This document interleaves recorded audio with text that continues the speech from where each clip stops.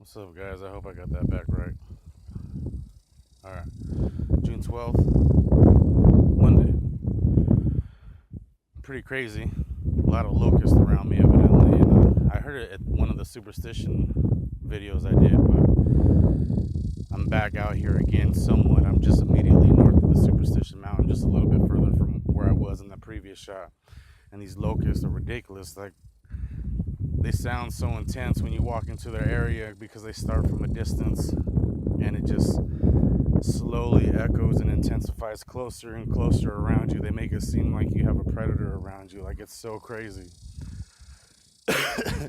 I'm not gonna lie, at first when I didn't know what it was right away, it was kind of crazy for me. But one of the interesting things about locusts is that I believe it's every 17 years is when they are born. They larvae for that amount of time or go underground or wherever they go, but for 17 years they're not to be around. And this is a weird fact that I figured out like after looking up certain symbols that came across my path. So it's kind of ironic that this would be a year that they would be so vibrant and so alive that it seems like it's in the universe, it's in the world. But that's my opinion. So why I came out here is I'm learning I have to be quick with these videos because this program I have is real specific about which microphones will work with what, and you would be surprised how hard it is to actually record with a microphone on just the camera video from the phone. It's pretty, it can be pretty intricate.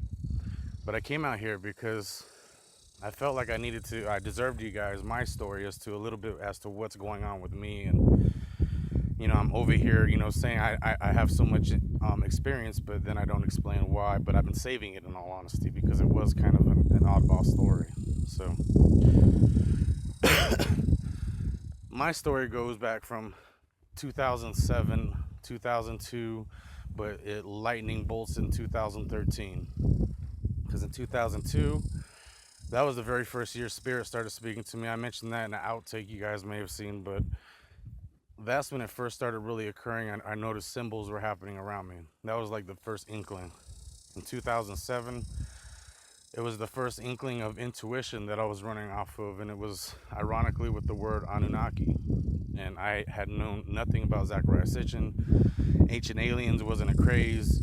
One of the weirdest bits of information with me is that anytime I have a notion of thought, it seems like I can almost feel the reality shift into that direction.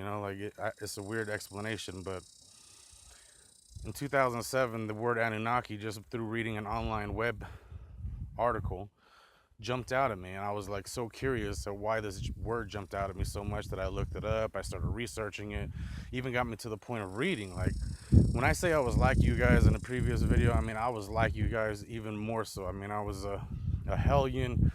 I hated going against, going with the grain. I had to always go against it.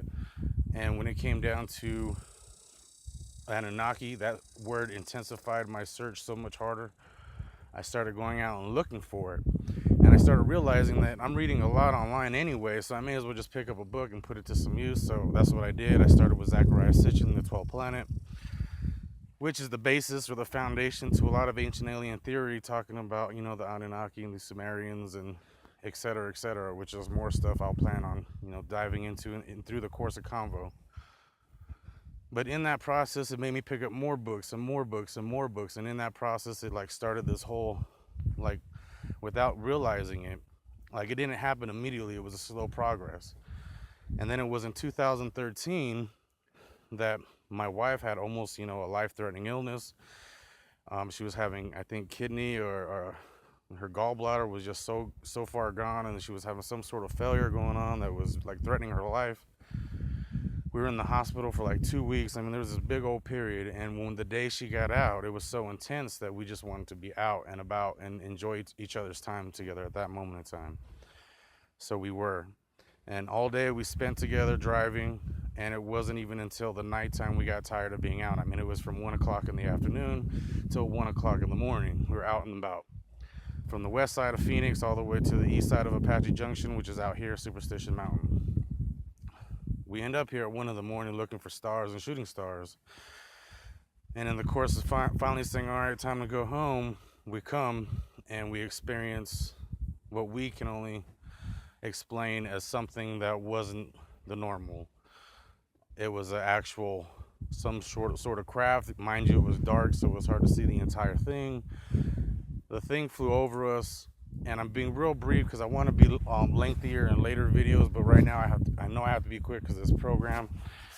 This thing flies over us with a silence that was unlike anything we've ever seen ever since then. And mind you, it's 1 in the morning. The thing that made us stop in the first place was a bright flashing light through the sky that we were curious if it was a big shooting star, a fireball, a meteor, whatever the case may have been. When I pulled over, that's when it started catching our attention. On my YouTube channel, there's a video on there that shows at night, literally, because I picked up the camera and started trying to record. But it was so dark, it was so rapid, so much emotions are going on, you don't make out much, but there is a slight hearing of the noise I'm talking about, and it was such a weird silence. And when you hear the noise, if you do hear it, it was so close that it's unexplainable how close it was and how silent it was. Even though it may sound like it's just a jet flying through the air, it was above our heads. I'd say about 100 yards, like a football field, I like to compare it to. And it flew over our heads and passed over Superstition, and we were left in such this awe, like it was ridiculous. Like that was the beginning of something I didn't even realize.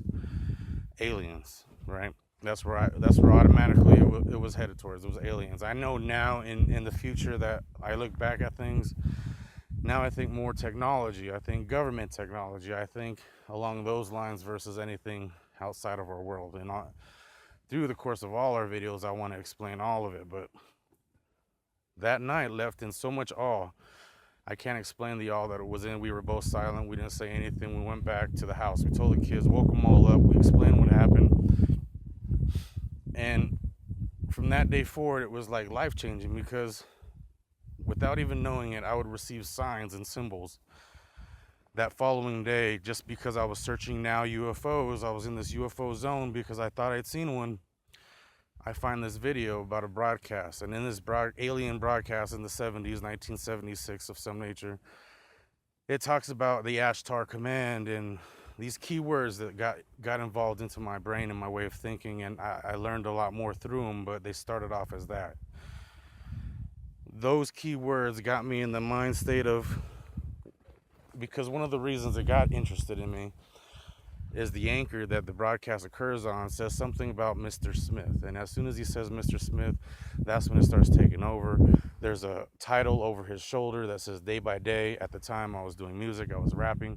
There was a very important song to me at that time that was Day by Day. Had to do with my mom passing, had to do with my emotions, had to do with so much different things. Those simple symbols got me onto a snowball effect that started me in a motion of what was then aliens.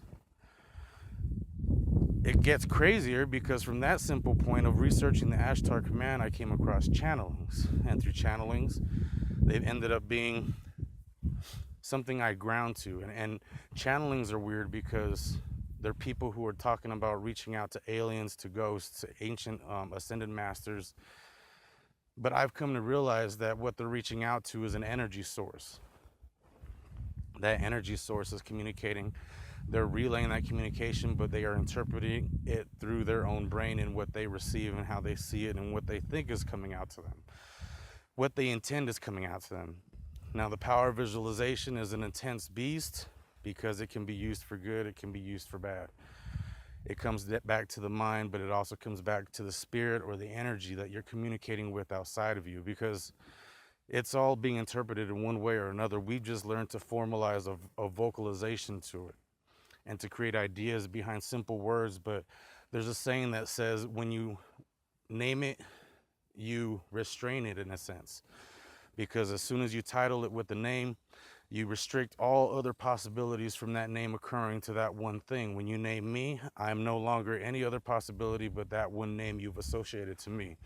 When you name a flower, when you name a rock, when you name a bird, you're restricting all of the possibilities and potentiality that thing has to be. So in a sense, we as people create these beings, these entities, these ideas. They manifest, they grow, they become real energies. They are real energies. They talk through us, because not only we are creators in a weird sense, but not like a sense that you are God and only you. You are only a partaker of this community of cooperation, of energy that we collaborate in. Like, we are just one small piece to the giant puzzle that is God, because God, in my mind, the title of it in itself is all of the above. It's not one entity, it's not one thing, it's all of us that collect, that make up the whole. We partake in each one of those little pieces, from the rocks we stand on, to the flowers we scent on, to the air we breathe in, to the mind we think in. I mean, it's all part of the same consciousness, and it's all creating its own self.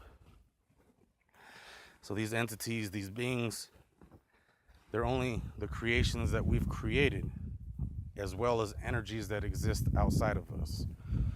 Those energies, they're there regardless. They've been there since ancient times. They've been there since Bible times. They've been there since Hitler times. They've been there the entire time.